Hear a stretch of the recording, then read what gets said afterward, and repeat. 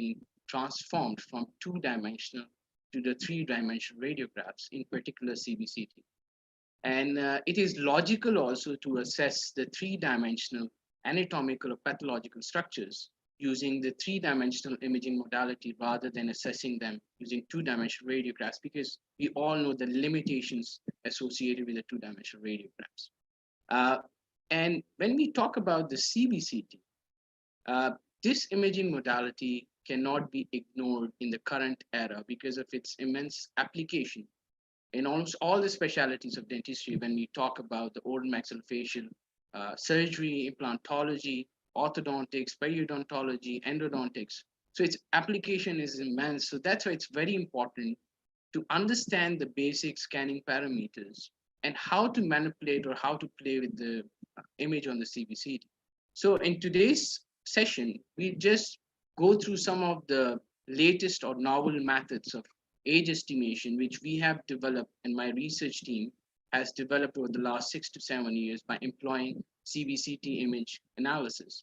And we'll also talk about the significance of the third-party software like Mimics and Thematic software to assess the volumetric data. And because I've worked on different CBCT systems, and most of the CBCT system, they provide the softwares for the image analysis. What I have observed to date is that they're not good enough to go for the proper segmentation of especially minute structural details.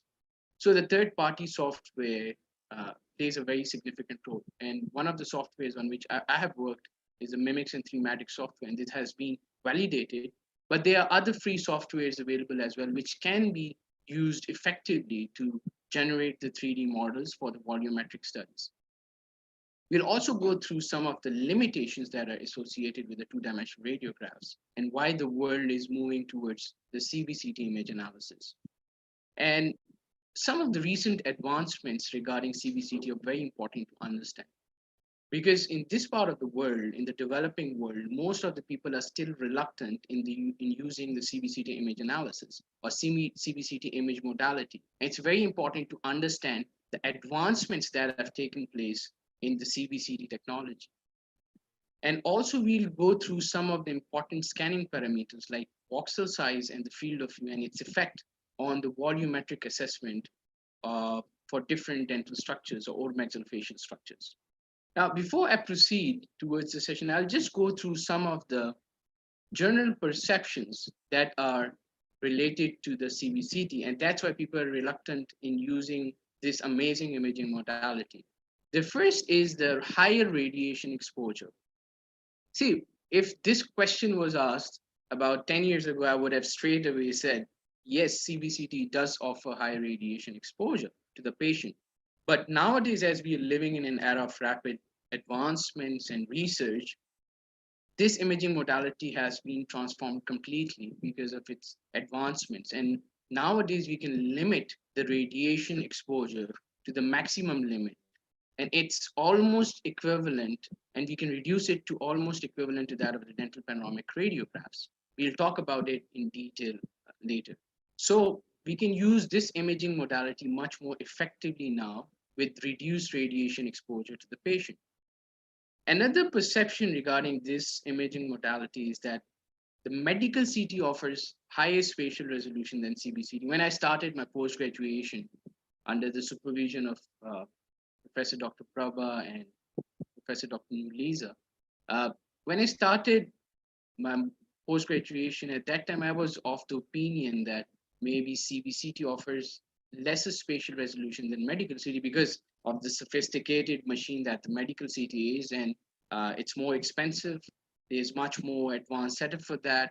The patient goes into the machine, it's much bigger. So I was also of the opinion that medical CT may offer better spatial resolution, but I was wrong because CBCT offers better spatial resolution than the medical CT. And by spatial resolution, I mean the geometrical accuracy of the dental structures or any of the structures, oral maxillofacial structures. So we need to understand that CBCT offers better spatial resolution. And this is a fact which even most of the maxillofacial surgeons are not aware of. And even when I take workshops or I conduct workshops, even in this part of the world, it's very difficult just to convey this message that CBCT offers better spatial resolution than the medical CT. The third and the fourth perception is like all CBCT systems are same. One CBCT system is enough for a dental institute. See, all CBCT systems are different in terms of their scanning parameters, and we need to understand that. I'll just give one example that if you look at the scanning area, most of the CBCT systems offer different scanning areas. Some of the CBCT offers smaller scanning area, some of the CBCT offers larger scanning area. So we need to understand, and even when I started my post-graduation, our radiology unit has two CBCT systems. One was Kodak and one was ICAT. And the reason was because Kodak CBCT offered the smaller field of view or scanning area, and the ICAT CBCT offers the larger scanning area. So one was more effective for the endodontic procedures because in that we need the smaller scanning area. And the other one was more effective for the maxillofacial and for the orthodontic purpose. But nowadays, because of the advancements, uh, CBCT suppliers, they offer variable scanning parameters. They also offer the smaller scanning area, larger scanning area. They also offer variable voxel sizes and all that. So nowadays, even one CBCT system is good enough for dental institute if they are offering variable scanning parameters. And we'll go through those scanning parameters in the next session. Now, the main essence of today's session is not only just to give you a bird's eye view of what are the main innovative and the novel methods that we have developed over the last 6 to 7 years using this amazing CBCT image analysis, but also to go through some of the important scanning parameters of the CBCT, which affects the volumetric analysis of dental structures. Now, when we talk about the voxel size or the voxels, now voxel is actually the building block of a three-dimensional structure in the CBCT. Now, if you look at this 3D volume, this is made up of these small voxels. So that's why it's called the building block of a three-dimensional structure. It's just like a pixel, like how we do when we take a picture, we say, and the camera of the picture of that, and the picture of that camera is better, which offers the higher pixels. Similarly is the case with the CBCT. How does the voxel affects the quality of the CBCT image? So the smaller the voxel size or the smaller the building block, the higher resolution images you'll get. Now, but you have to remember that when we reduce the voxel size, it is at the expense of higher radiation exposure to the patient. So we need to be very careful when we decide that how much voxel size we need for a particular case. Now, let me give you an example that if, for example, an endodontist wants to assess the root canal morphology or accessory canals, which are very minute structural details. So in that case, if he's referring the patient to the radiology department, he must inform the radiographer that he wants the smaller voxel size CBCT image, because the larger voxel size will not give him the more effective details of the root canal morphology. So, for example, if you want to assess the structure whose dimensions are 0.1 millimeters, you should always go for the voxel size which is lesser than 0.1 millimeters, because if you're going for the larger voxel size, it won't give you the exact image what you want in that particular structure. But as I said, reducing the voxel size give you higher image, but this is at the cost of high radiation exposure to the patient. So this is very important to understand that in which situation we need which voxel size and how does it affects the volumetric results. Now, as I mentioned that medical CT offers lesser spatial resolution than the CBCT. Now, when we look at this voxel, the building block of a three-dimensional structure, you can see it has three planes, X, Y, and Z. Now in CBCT, all of these planes, the dimensions of all of these planes are equal. And as a result, the voxel in a CBCT, we call it isotropic because the dimensions in the X, Y, and Z planes are equal. When we compare that to the medical CT, in a medical CT, the X and Y planes have equal dimensions, but the Z plane dimensions are not equal. And that's why the voxels in a medical CT are called anisotropic. Now, because of this isotropic nature of the voxel size in a CBCT, the CBCT offers better spatial resolution than the medical CT. And this is very important to understand, because if you want the geometric accuracy in your measurements, in your analysis, in your volumetric results, you should always go for the CBCT in some instances, because in other cases you have to go for, of course, medical CT, which we are not going to discuss in this session. But this is the reason, because of the isotropic voxels of the CBCT offers better spatial resolution than the medical CT. Now, this is, as you can see, the effect of voxel size. If you're using the smaller voxel size, just like in this case, this is the 41 microns. And if you compare that with the 200 micron CBCT image, you can see you get more high resolution image when you use smaller voxel size. So in short, if you want to assess the small, minute structural details, you should always go for the smaller voxel size. But it's just like how you justify it. See, justification in radiology is irrespective of whether the radiation exposure is 1 microsieverts or it's 600 microsieverts. You have to justify it if the benefits outweighs the risk associated with the scan or with the image. So in similar manner, if you want to assess a small minute structural detail, you can go for the smaller voxel size. And although the radiation exposure will be higher, but in other way, we can also reduce it by changing the other scanning parameters of the CBCT. We'll talk about one of them in the coming slides. Now, this is another important scanning parameter, which is very important to understand. Field of view, or we call it the scanning volume or the scan area. Now, you can see in the CBCT, this is the biggest breakthrough in the modern CBCT technology, because now you can limit the radiation dose further as per the clinical needs. If you just want to see the relationship of the roots with the ID canal or the mandibular nerve canal, so what you do is you just want the area, the scanning area, to be in this region, in the third molar region, and you should not expose the patient to the high radiation, unnecessary radiation, so you can reduce the scanning volume. In the modern machines, you can go up to 4 into 4 cm, which is very effective as well. So you are preventing unnecessary exposure to the patient. And in some of the cases, you need higher field of view or larger field of view in cases of orthognathic surgeries, in cases of maxillofacial structures, if you want to assess the structures and all that. So in such cases, you need larger scanning volume. So in modern machines, they provide variable or multiple field of view. You can adjust it based on your clinical needs. So now, as I told you, as we discussed earlier, that voxel size, if you want to go for the endodontic procedures and you want the CBCT image in order to assess the root canal morphology, you can reduce the voxel size. But in order to prevent unnecessary radiation exposure to the patient, you can reduce the voxel size, and you can also reduce the field of view or the scan volume or the scan area volume. So in this way, you can prevent the unnecessary exposure to the patient.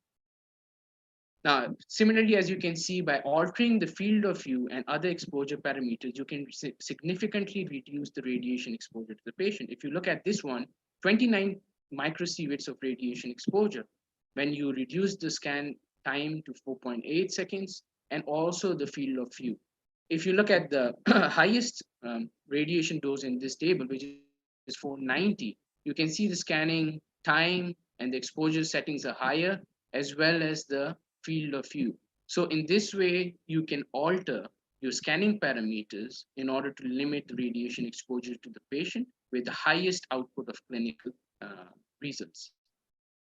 Now, there's some scenarios just when to use the smaller or larger voxel size and field of view. If you are suspecting multiple fractures of the orofacial structures, so what should you do in a road traffic accident? You should go for the smaller, larger voxel size.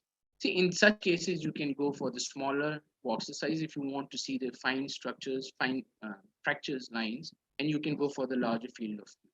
Now, in cases of orthognathic surgeries, now in orthognathic surgery, if you just want to see the relationship of the bone and the jaw motions and all that, in that case, you don't need any fine anatomical details. So for that case, in that case, you can go for the larger voxel size, which can prevent the unnecessary radiation exposure to the patient, and the larger field of view. Now, as discussed earlier, for the endodontic procedures, you can go for the small voxel size because you're assessing small minute structural details with a small field of view. So in this way, you can prevent unnecessary radiation exposure to the patient. Similarly, if you want to assess, in this case, the impacted canines, you don't want the patient to be exposed to unnecessary radiation. So you can reduce the field of view in this case, and you can get the clinical outcome as required. Now, as I said, all CBCT systems are different in terms of their scanning parameters. Now, there are different scanning parameters, but as we discussed the voxel size, so if you look at these three CBCT systems, Newton 3G, 3D Accutomo, and ICAT, if you look at the voxel sizes, they all provide different voxel sizes. The Newton provide 0.07 millimeters to 0.2 millimeters, Accutomo 0.125 millimeters to 2 millimeters. Similarly, for the ICAT, 0.12 to 0.4 millimeters. So you can see the scanning parameters of the voxel size is different for different CBCT systems. And but nowadays, because this is a bit older versions, nowadays the latest machines are providing multiple voxel sizes. Even the vortex that the Masa has is offering 49 micron, 50 microns. So it's very effective. It's a very small voxel size. And similarly, some of the other systems which are offering ICAT larger field of view. If you look at the field of view as well, or the scan volume, the Newton offers larger scanning volume, 15 into 25. But if you look at the CM, if you look at the Accutomo, they're offering the smaller field of view only, 6 into 6 and 4 into 4.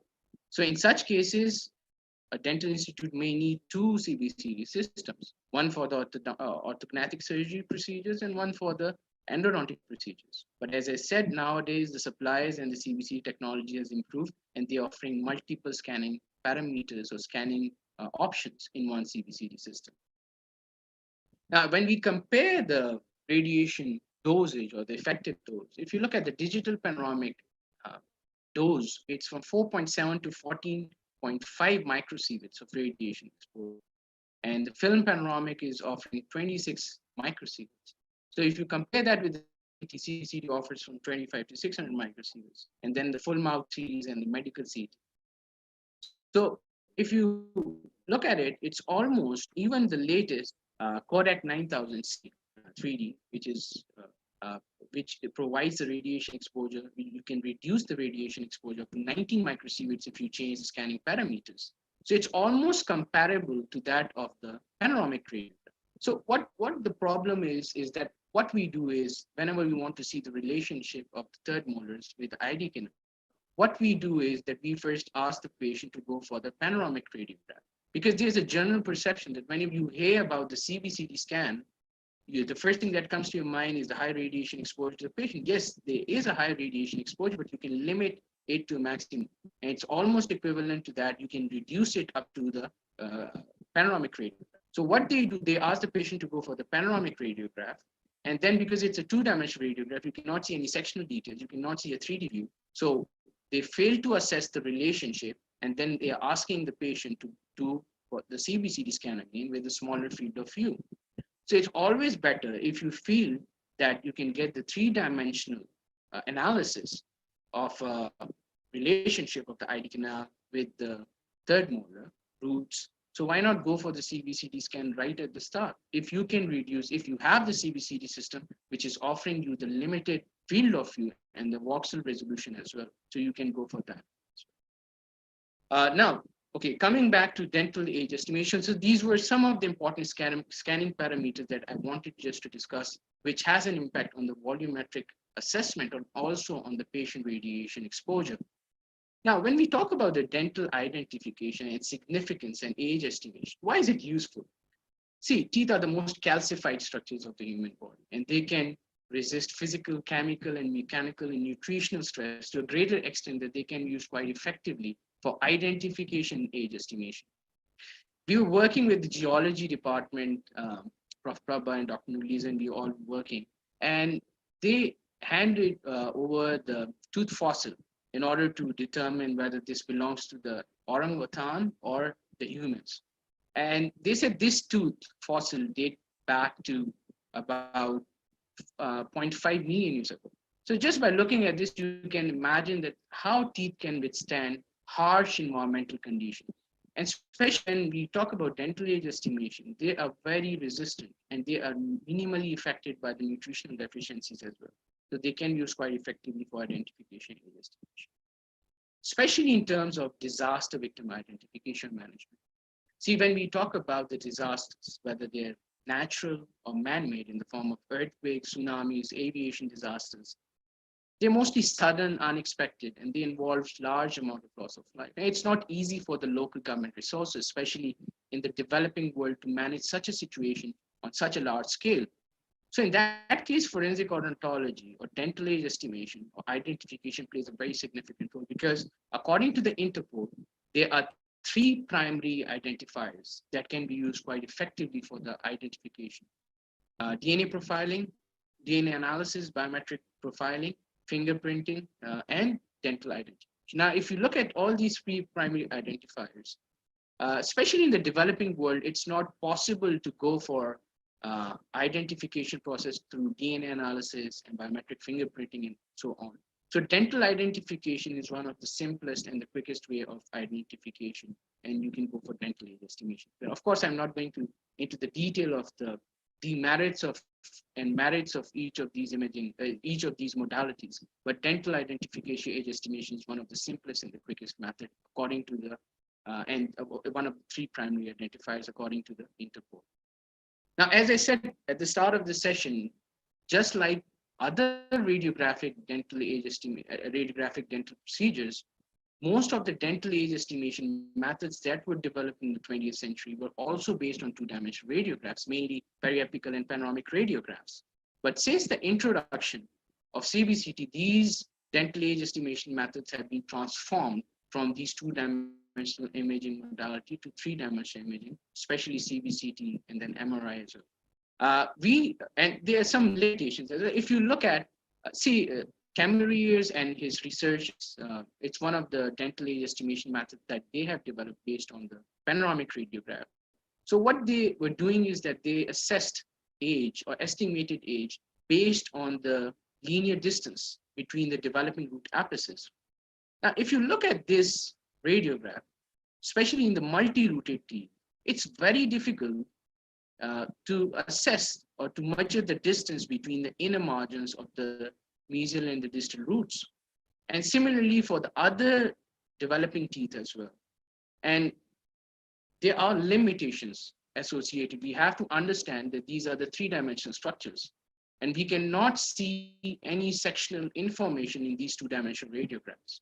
Especially there are issues with the clarity and resolution. We all know that panoramic radiograph is associated with the distortion of the anatomical structures and magnification effects as well because of the radiations, the angulations of the radiations in the panoramic radiographs and the distance of the film from the anatomical structures, which leads to magnification.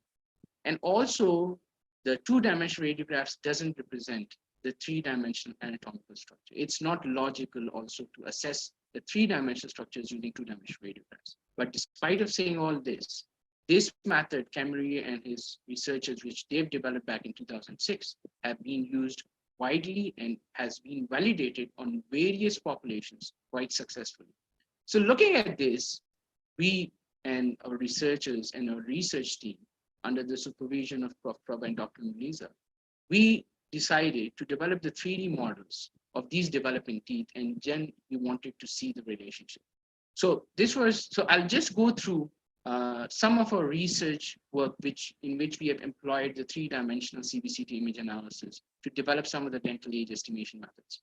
This was the method that was developed in 2020. It was published in Legal Medicine Journal. And what we wanted to see is that the relationship of, as I discussed earlier, the Camerier and their research team has developed age estimation method using panoramic radiographs. So what we did is that we wanted to see the relationship of age with the developing root apex of the maxillary canines among 7 to 14 years of age. And this method proved to be very effective. And you can see the developing root apex surface area quite clearly when you compare it with the panoramic radiographs. And these were our investigative variables that we wanted to see the relationship of age with all these independent variables. Now, the first thing was to develop the 3D models of the developing maxillary canines. And then to do the surface area analysis of the developing root apex. So we used Mimic software to develop the 3D models, and thematic software was used to assess the surface area. Now, there were different steps that we followed to develop the 3D models. I'll not go into the detail of it, but these were some of the steps that were involved: thresholding, multiple slice editing, region drawing phase, and 3D reconstruction. Now, thresholding is actually assigning a grayscale threshold value to each of the voxels. Now, we know that the grayscale values of the calcified dental structures are different as compared to the soft tissues.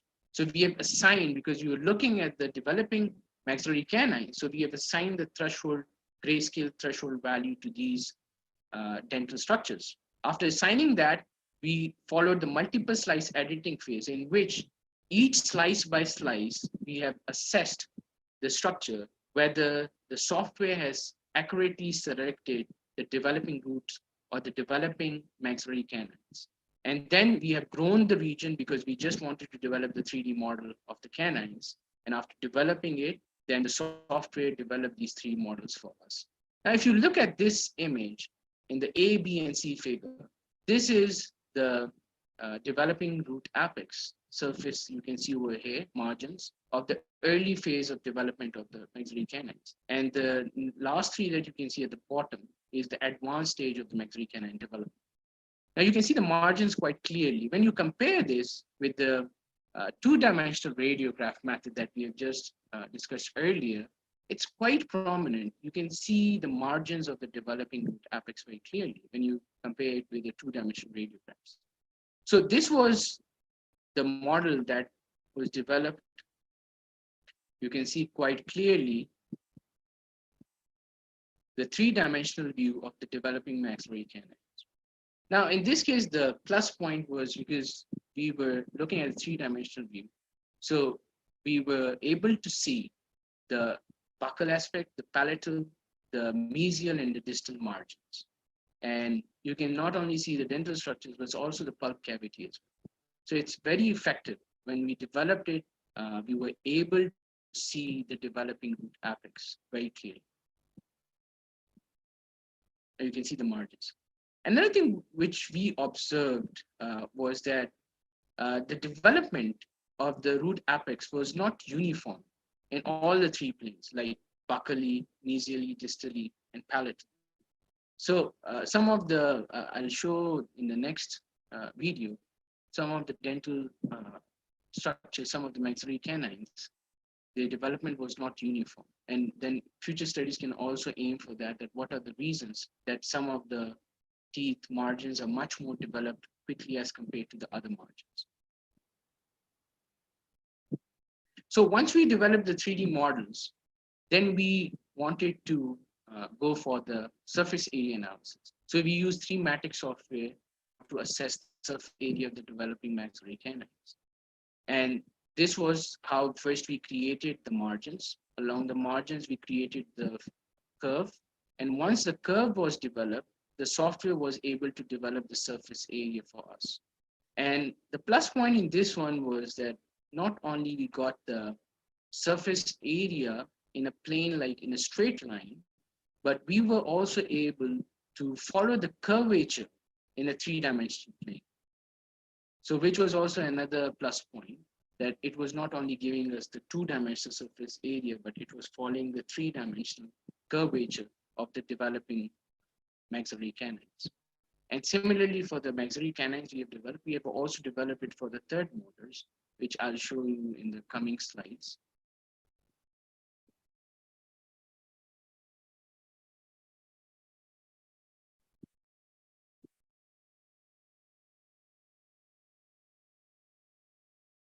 Okay, so this is the surface area. You can see it has followed the curvature of the developing root apex. So it's not giving you the straight line, which is one of the plus points when we want to assess any 3-dimensional structure. So this is slightly advanced phase of the development of the maxillary canines. You can see the apex is much more smaller. So we wanted to see, as the age progresses, the surface area reduces in size.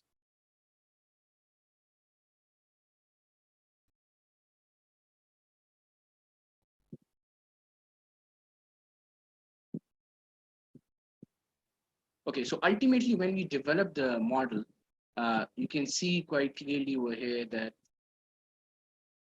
age estimation model was developed.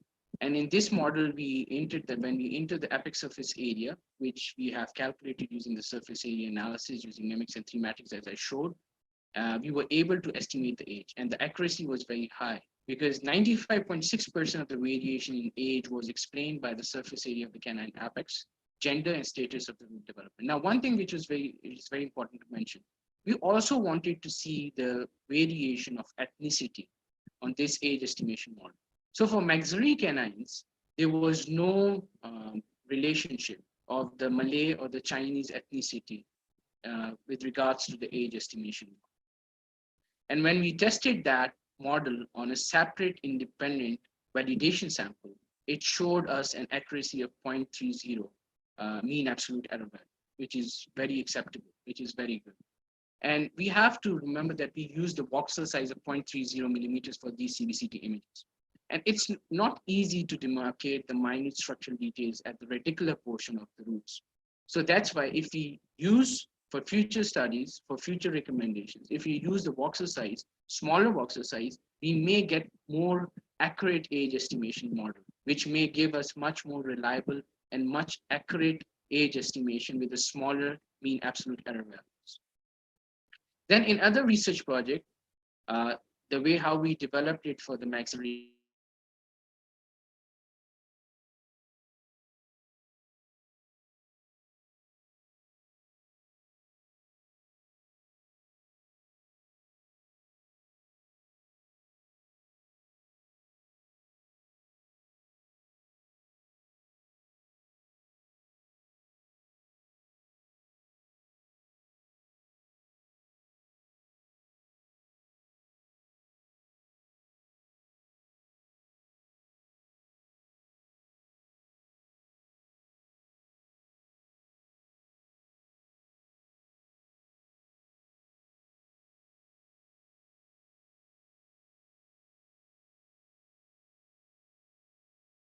I think we lost Asif.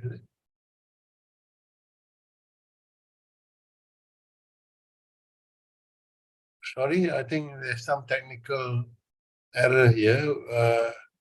Asif has got disconnected. So, okay, he's really going to reconnect. Just be patient. Asif is going to join back.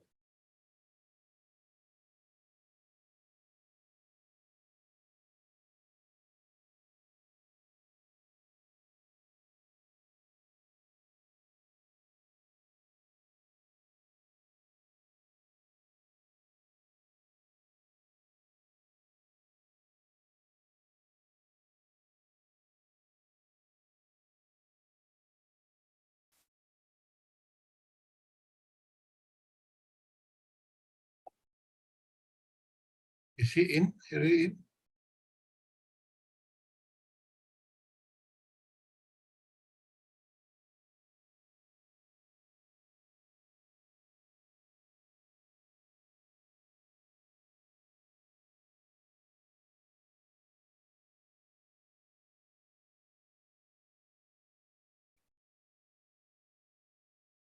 Sorry, we are still waiting for Asif to join.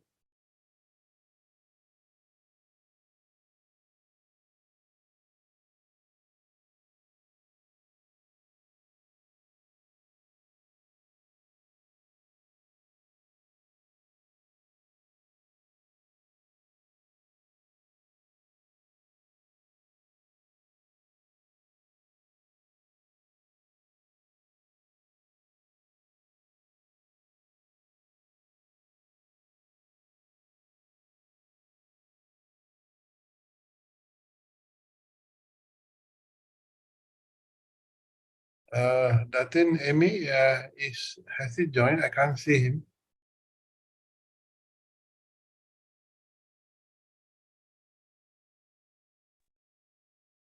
No, he's not in the panelists.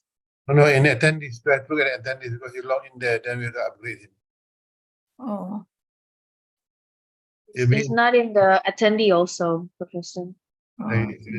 Yeah, I haven't seen him.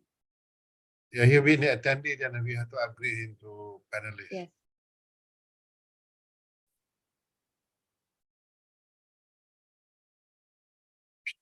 I'm sorry to all our audience tonight. There is some glitch here. So we are waiting for Dr. Asif to rejoin so that he can continue with his presentation. Yeah, please hold on for a few more minutes. Maybe Prof. Prabha can say a few things. Atau Huh? see that Prof. Prabha. Baba. Yeah, he's in the participant. All right. Okay. All right. Hello, yes, Okay. yes. Can you hear me? Sorry for Yeah. the Okay. Okay. Go ahead. interruption. Yeah. Yeah. Okay. Sorry for the interruption. Yeah. Okay. I'll continue from here. Okay. Okay. So actually, so what we did is that we developed the 3D models of the developing mandibular third molars, like how we developed it for the children in 7 to 14 years. So in that case, we developed the age estimation regression equation for 13 to 24 years of age individuals. Because in medical legal terms, it's more important to differentiate between juveniles and adults.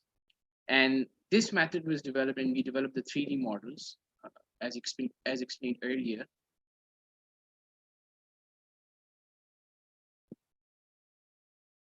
Okay, I think the slides are not moving. Can you see the slides moving?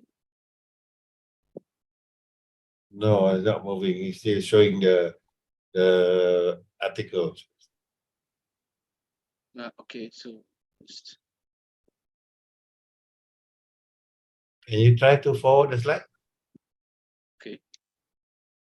Okay, let me. Okay, now is okay. Is it okay now? Yeah. Now you're going to back. Yeah. Yes. Yeah. Okay. So this is actually we developed it for the third molars. Now you can see the developing apices, the surface area of the third molars among 13 to 24 years of age, and this is how it looks like as it's on the 3D model. You can see the margins of the developing root apis, the mesial and the distal roots, quite clearly. If you compare this with the two-dimensional method, which was initially developed, it's very difficult to assess the linear measurements of the mesial and distal roots using two-dimensional radiographs. But when you compare that with this three-dimensional model, it's very accurate. And the way we developed it for the maxillary canines, we did it for the third molars as well. And you can see the margins very clearly, the mesial and the distal roots, and also the developmental pattern in the buccal, lingual, the mesial, and the distal margins. So this was then the surface area analysis. This is, we developed it on the models were developed, and the surface area analysis was then conducted using 3-matic software. And you can see the margins, and it has also followed the curvature, the three-dimensional curvature of the surface area.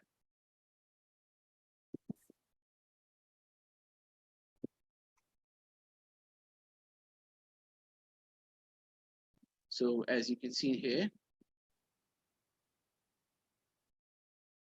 so it's more reliable, it's more accurate when you compare that with the two-dimensional root assessments. And then the model was developed for the third molars as well, for 13 to 24 years of age. And 89.6% of the variation in age was explained by this model. And in this method, in this regression equation, ethnicity also contributed, and it fitted with the age estimation regression model. For the Malays, we entered 0, and for the Chinese ethnicity, we entered 1 in the model. And similarly, for the gender, males 0, and for the females 1. So in this way, when we applied this regression equation on an independent validation sample, the mean absolute error value was 0.82, which is quite acceptable when we consider third molars, because third molars, there's a lot of variation in the developmental pattern as well. So it's acceptable. But as I said, future studies, if they use the different voxel size, the smaller voxel size, I believe that the age estimation model will give more accuracy when we apply that on validation sample. So similarly, we also wanted to determine that how we can differentiate between adults and juvenile. So we developed a model in which if the apex surface area is below 9.25 millimeters square, that person is more likely to be 18 years of age. So this was also one of the very effective methods, and this can be used very effectively to differentiate between juveniles and adults in courts for the Malaysian population. Okay, so now the age estimation procedures which we developed for the developing children, juveniles and young adults, because and it's more reliable in a way because the teeth are developing. But once the development of the third molar roots are completed, then there's no further development taking place. And then we rely on the physiological age related changes. And one of those changes is secondary dentine formation. So as the age increases because of the deposition of secondary dentine, what happens? The volume of the pulp reduces in size. So we developed another model for adults 16 to 65 different physiological age related changes. So we developed this model. We developed the 3D models of pulp, maxillary incisors, and canines. And this proved to be very effective as well. And this was also published in 2000.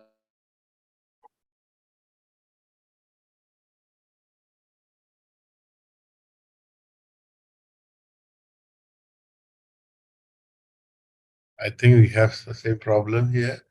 He got hang out. Sorry, please just hold on. I think Dr. Muhammad Khan got is frozen out. I think we might lost connection again.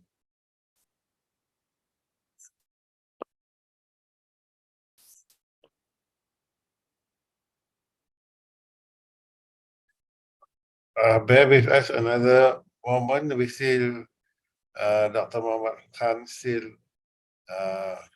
same thing happening. Maybe he has some problem on the other side of the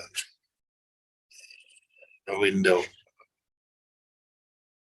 Just hold on while we see whether we can connect to him. I just call him.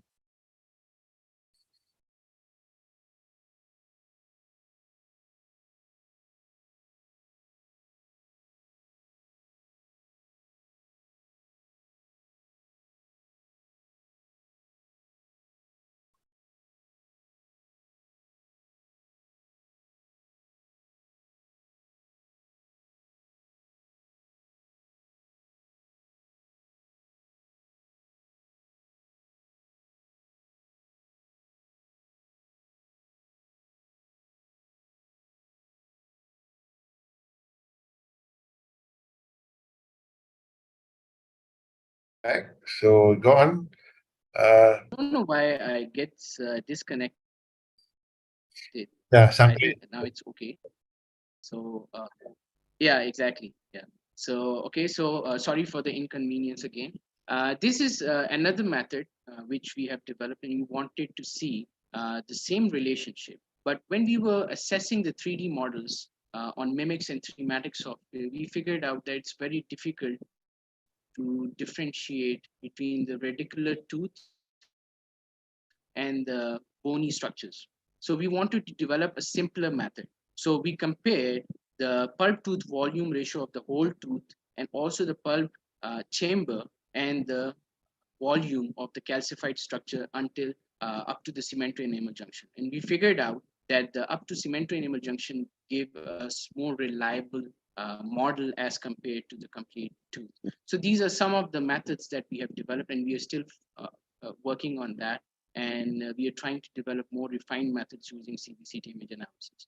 This is another article which we have published in 2022 recently in Annals of Human Biology, in which we have compared the two-dimensional versus three-dimensional image analysis method, which we have developed. And both methods were very effective, but we figured out that the three-dimensional method that we have developed for the Malaysian children proved to be more effective in terms of accuracy and reliability. As far as clinical applications is concerned, this CBCT image analysis will pave a new approach to the worldwide researchers to develop more reliable and accurate age estimation methods. This can play a very significant role in mass disasters, as I explained earlier, especially in the developing world where the resources are not readily available. And it plays a very significant role in the implementation of the legal justice system. And currently, for the Malaysian children and the adults, we are already using these models in order to implement the legal justice system. And then CBCT image analysis. It's cost effective. Some of its salient features are the small field of view, high voxel resolution, rapid scan time, and beam limitations. And that's why it can be used much more effectively. And it is really one of the great imaging modality and the future of dentistry. So these are some of the references that I have used. And these are some of the glimpses from the north of Pakistan. And I hope if you visit Pakistan, you must go to these places. And you just text me, I'll be hosting you. So thank you very much. Yeah. Thank you very much, Dr. Khan Asif, for the very interesting presentation we had just now. So it's very interesting to know that you said just now in the earlier part of the lecture that the CBCT, dental CBCT is somehow presumed is more accurate than the medical CBCT. Yeah, the spatial resolution is much more better as compared to medical CT because of the isotropic voxels that we use in the CBCT in comparison to the medical CT. And also, I have not, until hear you right, that you also said that the current CBCT, the dosage might even be lower than the conventional auto OPG and lateral skull, is it? Yes, it's actually, it depends on how you adjust the field of view and the voxel resolution and other scanning parameters as well. But yes, the modern machines that offer the scanning parameters, it's almost, you can move it, it's almost comparable to that of the film panoramic, even lesser than the film panoramic radiograph. And it can be comparable to the digital panoramic radiographs. And most of the dentists are not aware of this fact, and that's why they're a bit reluctant in using CBCT. But I think they should be using it more often because it gives us the sectional view, more reliable image, three-dimensional view. Yeah, okay. Before there is one question in the Q&A, but I just cannot, looking at your last slide, is this a real picture or just a photograph? Are you showing? It's actually, I've taken this from the internet, but yes, believe me, you visit Pakistan, I'll be a guide for all of you. It's a very beautiful northern Pakistan. It's very nice. Very colorful environment. Never mind. There's a question in the Q&A. It's from Muhammad Hafizal Harudin. He said, he asked, I'm Hafiz, I have a question. Can all these regression formula for adult and children apply in dead body? And can this Okay. for CT machine? Yes. See, because we can use it for dead cases as well. See, we have CBCT systems in which we can have the patient or the dead bodies in a supine position as well. Okay, all the CBCT systems are not offering the patient to stand and take the CBCT scan. Now, another important question is, can we develop the similar models using the similar manner, similar method for the CT scans as well? Because in most of the mortuaries around the world, the CT scan is available, but the CBCT scan is not available in the mortuary setup. So what we can do is, we can also develop similar regression model using similar methods of 3D image analysis for medical CT as well. But as I said, spatial resolution of CBCT is far better than the medical CT because of the isotropic voxels. Okay, all right. I think there is. I'm not sure whether it's one question. One participant has raised his hand. I'm not sure by mistake or what. Dr. Jaswant Singh, do you want to speak to our speaker? Or it's just accidentally you raise your hand? Dr. Jaswant Singh? Dr. Jaswant Singh was our regular attendee for this webinar. He's one of our fellow from Malaysia. Dr. Jaswan? No, maybe by mistakes. Okay, I can say, Prof. Rabah, you want to say something? Your Prof. Rabah, I can see you. You want to say something?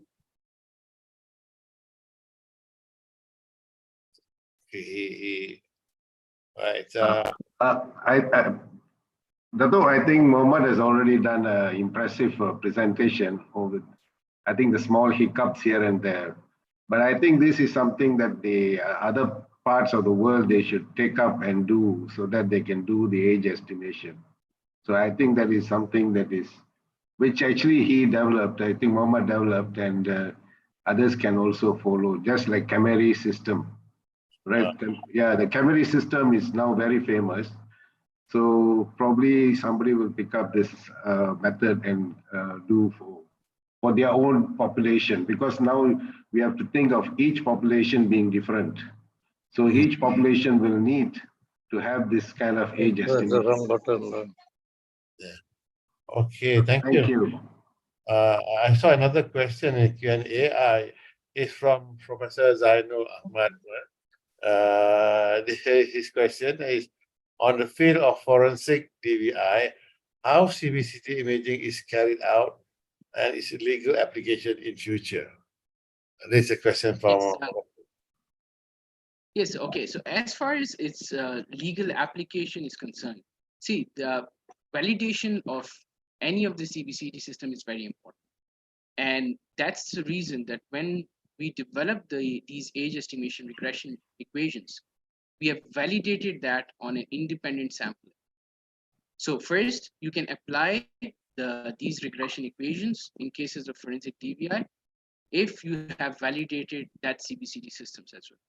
Another thing which is very important is that if we develop the age estimation regression using one CBCT system, so can we use that regression equation if we take a scan on a different CBCT system? Because as I said, different CBCT systems are offering different scanning parameters. They are different in functions. So yes, for now, you cannot use it. Whether they're reliable or not, yes, future research is, or currently the research has been conducted on it, whether we can use it or not. But till now, you have to use the same CBCT systems on which the regression equation has been developed. So validation is very important from the legal aspect. Yes, forensic DVI, you can use it and it's now more readily available CBCT technology. This is something new in terms of radiology or advanced imaging. But yes, nowadays, even the advanced setups or the developing world are also incorporating or employing the use of CBCT scans or imaging. Okay, all right. Thank you very much. I hope that response from Dr. Muhammad has answered Prof. Zainal questions. So I don't see any more questions in the chat box, neither on the Q&A. So I think it's very interesting. To me, I think it was very interesting lecture to hear about the current CBCT potentials and also their properties. And we hope with the presentation that you share with our audience tonight, and more people will come forward to use CBCT because it's safe. I think dosage is almost the same or even lower than the conventional OPG and letrozole. So I think, again, thank you very much, Dr. Muhammad Asif, for, I know you have gone through trouble to come to here tonight. Yeah. But yeah, we are negotiating this time. It's a bit difficult because it's just that our audience are always on Wednesday that time, so they're very difficult for us to change the timing and also the date. So anyway, on behalf of ICD Section 15, we would like to thank you for sharing with us your presentation tonight, and I'm sure many of us tonight have benefited from your presentation.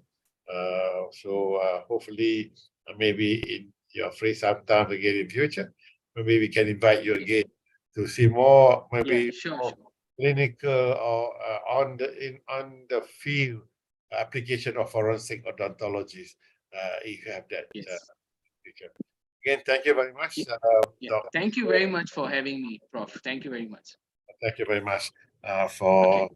tonight. So as usual, I would like to share with our audience for our next speaker for the month of July. Okay, and wait, so I just lost the. Okay, this is our speaker for July. He is Dr. Stephen Chu. Dr. Stephen Chu is an orthodontist practicing in Texas, USA. He will talk about facial attractiveness in orthodontics treatment based on tweet verified advanced edgewise treatment differential diagnosis and treatment planning and biomechanics. So, in fact, this Dr. Stephen Chu, he wants to talk for about 2 to 3 hours. So I say it's not possible for to carry on for such a long lecture because already we started at 9:30. If go for 3 hours, it will be 12 at night. So a bit late. So for this lecture, Dr. Stephen Chu will break his lecture into 2 parts. So part 1 will be on the 5th of July, and part 2 will be in the 3rd week of July, which I will announce during the first week of July on the 5th, after his lecture on the 5th. So it's very interesting lecture. I was admitted to understand Dr. Stephen Chu has traveled all around the world, and now he's willing to share with us his knowledge. And he also has been conducting several courses, orthodontics in India especially, and also he'll be coming to Malaysia in September, in September to conduct orthodontic course.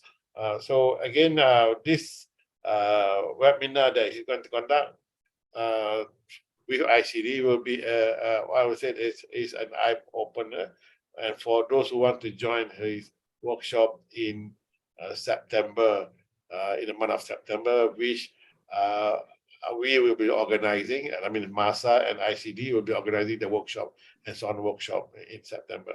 Okay, book the date on the 5th of July with Dr. Stephen Chu on the facial attractiveness.